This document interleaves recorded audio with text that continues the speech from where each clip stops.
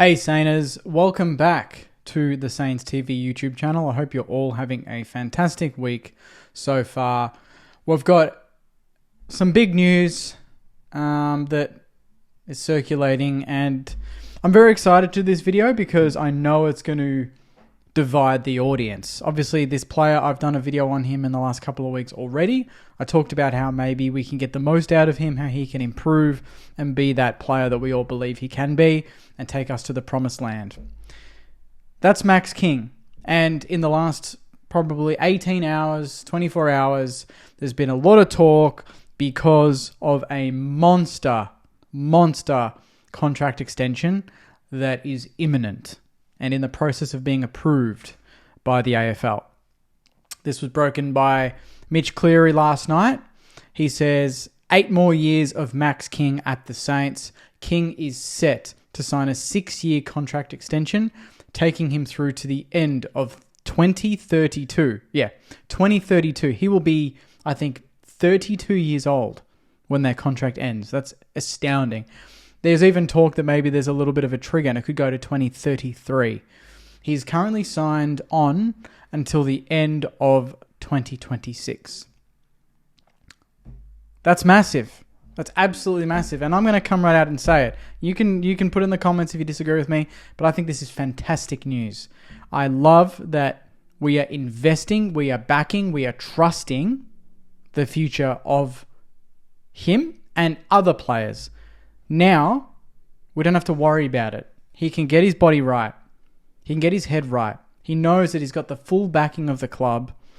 And if any other club comes around in a couple of years' time and wants to take him away from us, there's a big contract there that they're going to have to pay for. So I think this is very shrewd business. I think if people break this down even more, having such a big contract like that, as list management perspective, I think is fantastic because we can front end it, we can operate and put the money where we think is best, and that helps us manage the rest of the list with players like Naz, Filippo, Sham, and these guys that are obviously in the next 3 to 4 years going to be demanding some pretty big pay rises. So it's split up the Saints audience, to say the least. Some people have, actively through my trade talk videos are saying, why isn't Max King on the table? Why can't we we should get rid of him. We're not good with him. We're better without him.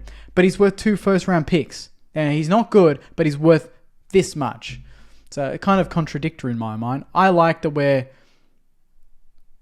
just settling him a little bit. And I think he's going to be that player. I really do. I'm going to maybe make myself look a little bit stupid, but I really do believe that Max King is going to turn it around. He's going to silence the haters very, very quickly. And it's not just me as a Saints nuffy saying this. I chat to so many non-St Kilda people. From, Pommy yesterday, we're talking about Charlie Curnow. King in stats is ahead at 24. Miles ahead of Charlie Curnow. In terms of goals per game, in terms of overall goals, in terms of marks, contested marks, everything. Same amount of games, same age, he's ahead. Carlton fans, before Curnow returned from his long-term injuries 3 or 4 years ago, were saying the exact same thing. Not to say that fortunes are going to repeat, but you got to invest in these big boys. You got to nurse them through these injuries, particularly when he's had shoulder after shoulder injury, knee injury, form. The team he's playing in has been one of the most inconsistent teams in the competition. I think the fact that he's got this off-season to get his body right, he can settle his contract. He's got a clean slate in front of him. Nothing to worry about. I know Kane Cornes has been triggered by this, and we'll talk about that. But first, let's get into some of the comments, just as a general sentiment of this. So this is from Mick. They played better without him. Someone said Max kicked 52 goals in his 3rd year of AFL and people disrespect him. Waterman kicks 53 in his 8th year of AFL and makes the All-Australian team. Go figure. Looking forward to a fully fit Max King in 2025. Someone get me the early Coleman odds. Matty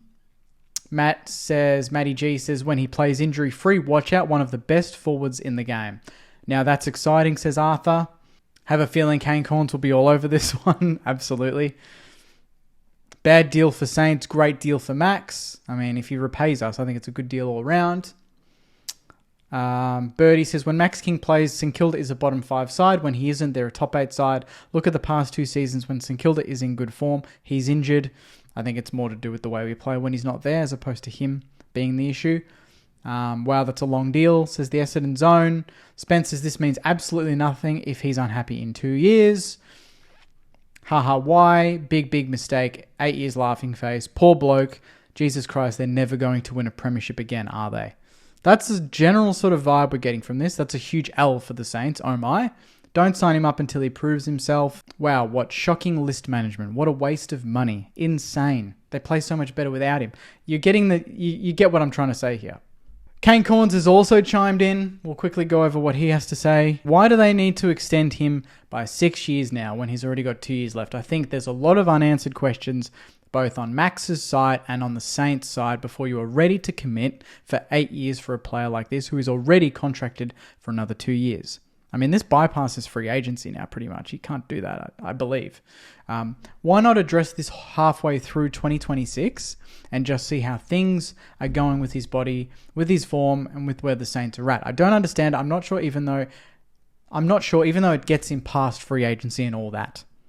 See, why would you want to have this be a massive stir midway through 2026 anyway? I want it to be, like, to me, he's a Saint for life, regardless of if he's going to be the Messiah and kick 800 goals in his career, or if he's going to be just a really, really good forward and he's going to kick 400, maybe 500. He's got 500 in him even now on his current goal-kicking rate without much improvement. In 2022, he averaged 2.4 goals a game. Absolutely, that was ranked elite. 2023, 2.5 goals a game. 2024, I think it was 1.5, 1.6. Obviously a down year, missed a lot of football. But to say that, you know, a lot of people criticize his output. A lot of people think that he looks lazy. But when you look at his sheer numbers, they actually stack up pretty well against some of the best forwards over the last 10 years. This one's from G-Train on Big Footy. They said, I can understand the scrutiny Max gets around his body language and sometimes his second efforts, although he's not really built for that. I agree. Output-wise, what he cops is unwarranted for the most part. It was down this year, but I reckon that's somewhat understandable and not unusual for a young key position forward, struggling with injuries, team form, etc. He just has to get his body language, second efforts, and perceived attitude right. A lot of supporters will tolerate down games that all forwards have if that stuff is holding up. And I agree. I think that if he lays 5 tackles and he's chasing and it's just not going his way, but he's involved in the game and you can tell he's actually switched on, wants to benefit the team, people will be okay with a goalless game here and there. But his goalless games now, because of the way he looks, because of the way his body language, what it exudes, I feel like that fuels the fire in a lot of people because they just want to see players care. And there have been times this year where you watch him and you go, mate, do you even want to be out there? Like, you don't even look like you're excited about football. But we all know that's just his body language. Internally, he'd be wanting to win. He'd be wanting to get the best out of himself. And I've never had shoulder reconstructions. I've never had knee injuries. And particularly for a player that is the size that he is, with the amount of pressure that he's got, this contract that he's going to sign doesn't take that away, to be honest. That pressure's going to be with him forever. He's got the number 12. That's him already accepting pressure. He's already got comparisons to Nick Riewoldt through the number, through his position, through what we want him to be. But now we have to take a step back and go, Max King is going to be Max King. But what is that complete evolution going to look like when Max King is at his peak? If it's what I think it can be, it's going to be terrorizing for the opposition. And what we're doing in investing with him for basically the next 9 years will be justified. And we will build a team around Max King. Absolutely. He's not the Messiah, but he's the forward half pillar. And for people thinking we can trade him, what then? What do we do then? Oh, invest in mids. Who's going to go at full forward? Sharman. He's not a full forward. So I don't mind this from the Saints. Obviously, everyone's going to critique it and say X, Y, and Z. But there have been games, even this year, the first couple of games, you look at him, he was invested in the games, he was moving up the ground. I talk about all of this in my Max King video from a couple of weeks ago, so check that out. But he was immense. He kicked 2-4 against Collingwood. He kicked 3 straight, I think, against Geelong. He started the year excellently, getting 15 plus disposals pretty much.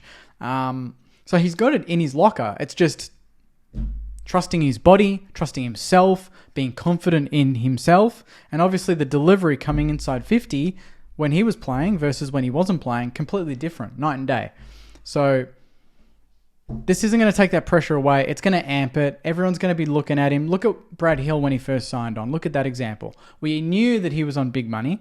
We knew we were investing in him. And he didn't perform for the first year and a half. And you saw the hate that he was getting. King gets that hate anyway. And he always will, to be honest. I think that's just the type of player that he is, that we I think, get so frustrated with him because of what we know he can be, because we've seen the talent that he has. You know, he's a 200 centimeter giant that can rove the football off a pack like a small at times. It's outrageous, some of the skills that he's got. We obviously haven't seen him put it all together, but we need to get his body right first. The contract, I'm fine with that. Honestly, that doesn't bother me at all. I don't think that's mismanagement at all. I think that's us saying, we believe in you, Max. We know you can be the player that we want you to be. And let's get to work. You know, let's ignore the outside noise. Let's not worry about contracts in 2, 3, 4 years' time. Let's get you locked in because you are a Saint for life. And I think that's absolutely fine by me. So I'm curious to hear your thoughts, Sainers, in this. I think, at 24 years old, I can't believe some people are writing him off so quickly. I think we're all triggered by Paddy McCart and we're triggered by other bad examples that haven't worked our way. And I don't see this in any way being that way. You look at, 83 games he's played, 159 goals. We drafted him in 2018. It took him 2 years to debut. 2022, and he's basically his third full season, 52 goals, 41 he kicked from 22 games in an average team. 38 the year before, 22 in his first year in lockdown in a shortened season, if you don't mind, 28 in 2023 on only 11 games, hence the 2.4 return there per game.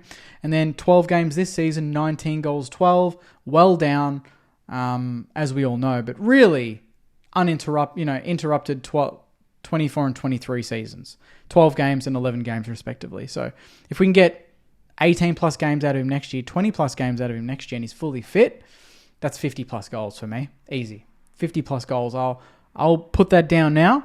Clip this. You can make me look silly in 12 months, but I really do believe that Max King is going to be a very special player for this football club. And who wants to see him fail? If you're a Saints fan, you want him to turn this around. Let's get behind him. Let's support him. I mean, when we drafted him, I was so happy that we drafted him. I think he's better than Ben. I know Ben's got a better return. Ben's more durable. He hasn't been injured. But I think Max has got the highest ceiling. And I know ceilings aren't everything. That doesn't mean you reach that high, right? But if we can get him right, he could be the difference in some very, very significant games over the next 8 seasons. He's nowhere near as poor as what people think. It's attitude, I agree. But in terms of output, if he's kicking us if he's going at an average of 2 goals a game next season, 2 plus, 2.5 goals a game, like he has pretty much for the majority of his career up until this year, I think we're all going to be very, very happy about that. Particularly with a better midfield, McRae drafting, the ball use, the way we're kicking it inside 50, I think it's all going to add up and work very nicely for the club and for Max. So let me know your thoughts. If you disagree, if you're not happy with the deal, put it in the comments. I'm really, it's going to be a very interesting discussion. So just to reiterate, if you didn't already know, if you live under a rock, Max King is set to sign a contract extension by a further 6 years on top of his 2 years that exist. So he's got until the end of 2026. He's going to sign another 6 years. It's going to take him at least to the end of 2032. How old am I going to be then? I'm going to be like 40. Shit. All right, well, on that note, I'm going to go cry. Like, comment, subscribe, and I'll see you guys soon. Take care, and as always, go you mighty Sainers. See you guys.